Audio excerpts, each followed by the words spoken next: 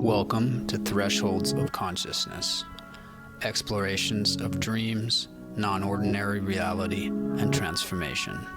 I'm Dr. Scott Manasco, and in these episodes, I explore what lies at the edges of ordinary awareness, the territory where psychology, contemplative wisdom, and the mystery of consciousness converge.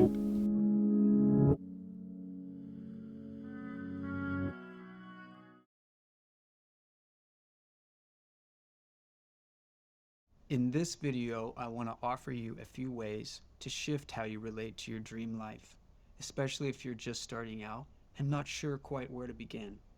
So let's get started. Dreams come from somewhere other than your conscious mind.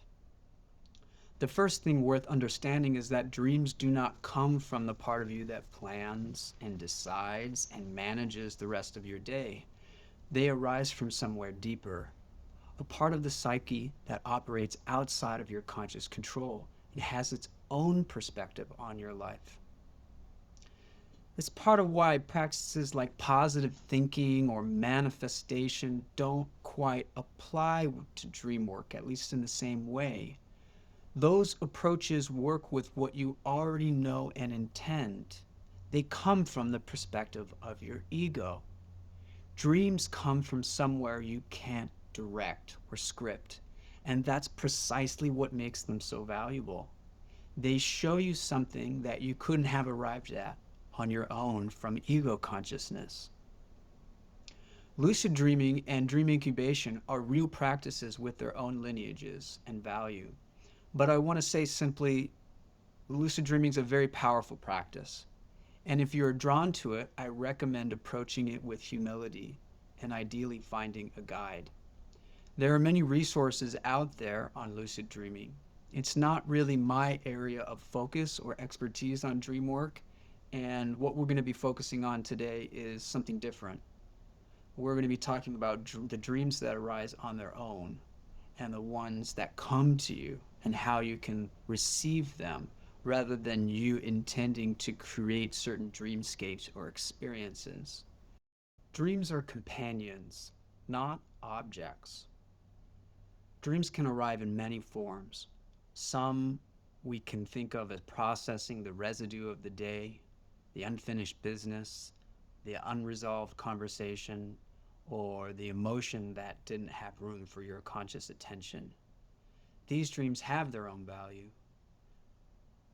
Some dreams also track something larger, the arc of your development, your conflicts, what's being asked of you in terms of your development, the direction you're moving, and the obstacles that are in front of you to that direction. Some people work with dreams for years and find that certain images, figures, or themes return again and again. And over time, there's a deepening connection and meaning that can unfold. In my interview that I'll be doing very soon, I'm going to meet with Dr. Eric Wargo, who suggests that dreams also are messages from the future. He's done a lot of work on precognition and precognitive dreaming. So it's something interesting to keep in mind, this idea that dreams also can be messages from a larger arc of who we are, what Dr. Wargo calls the long self. And all of this is to say, I think there's so much to dreams. That's why I think of them less as an object to analyze per se and more as companions for our journey. That the figures in our dreams and the dream process itself and the one who dreams is all a part of what enriches our human life. And when you bring attention to it, your attention, your curiosity, your willingness to sit with what you discover and what you don't immediately understand, that not knowing place, it also shapes what you receive from it. And that process deepens over time. And so I think it's really important to understand that quality. Again, that this is a relationship that's built on a kind of reciprocity. Dreams need a vessel. One of the most practical things you can do for your dream life is to give the dream somewhere to land. They are remarkably fragile, dreams are, and without any place to put them, what I would call a container, they can dissolve very easily, sometimes within minutes of waking. Most of us have had that experience of having an intense dream or having something significant happen in a dream, and then we say, "Oh, I'll remember that," and then a couple hours go by and we never really think about it again, and it's gone. The dream journal is a great place to begin. Keeping a journal next to your bed, it helps us to record the images and experiences and dynamics, which over time help us to understand the territory of our dreaming. It's like we're mapping some of the processes of dreaming out in our own psyches. But eventually, we want that vessel to include some kind of conscious engagement with the dream material itself. So, not just writing it down, but reflecting on it, contemplating it, even making art out of a dream image, working with dreams in some setting. Simply writing down a dream and never returning to it has a limited value. What we're moving toward is allowing the dream image and its feeling tone to take up room in our conscious minds. And that's what allows us to deepen, to track, and to follow what our dreams are trying to show us. Some other vessels are a dream group, or working with a trained dream worker or a dream therapist. A regular meditation practice can help to foster that vessel quality of the dream. All of these require time and investment and availability and sometimes financial resources that not everyone has at every point of their life. So the right vessel for you is the one that you can sustain right now, given where you're at. And if you keep, at the very least, a journal over time, if there becomes a time where you're able to join a group or to work with your dreams with someone else, then that practice will allow you to have a deeper sense of your dreams already. You'll be starting off, let's say, at second base. If you give your dreams space, they will respond. I know a lot of times people talk about not remembering their dreams.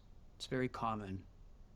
What I've found is if people have the intention and the consistency to and the desire to really have a relationship with their dreams, that the dreams will start to show up. If you keep the journal by your bed, then you might be surprised that as dreams start to come through and you write them down, they might get more vivid. That seems almost that the dreams are responding to your intention. Try it as an experiment. Don't take my word for it. Try to write down your dreams for a month or two and just see what happens. Symbols are a doorway, not the end point. At some point in exploring your dreams, you are going to come across a powerful image that evokes a lot of emotion for you. And it's going to feel really significant to you, and you're going to want to understand, what does this mean? And this is totally natural and understandable. There's a real value in getting the history of an image, the mythology of it, the different cultural meanings that it might have across time.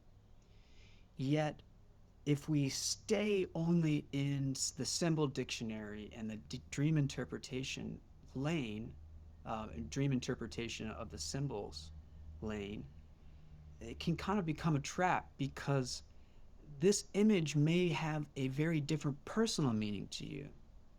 It may represent something different in the context of your life and in your associations. And so these other motifs, I think, are starting places. And of course, different dream workers are going to say different things.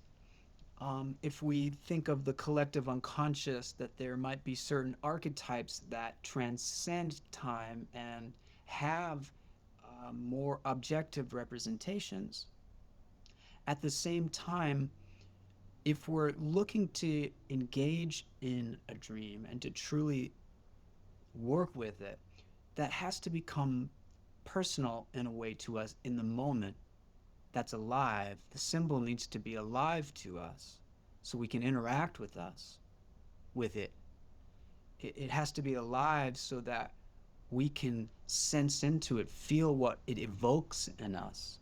And if we go off to something that someone else wrote about some other society and we start to go only that route, then there's a way we can kind of start looking outward. And I don't think that's really the point. The point is to be able to look inward and to relate to the image such that it shows us something to ourselves, about ourselves. It becomes a mirror to us. And I think we can only do that by inward.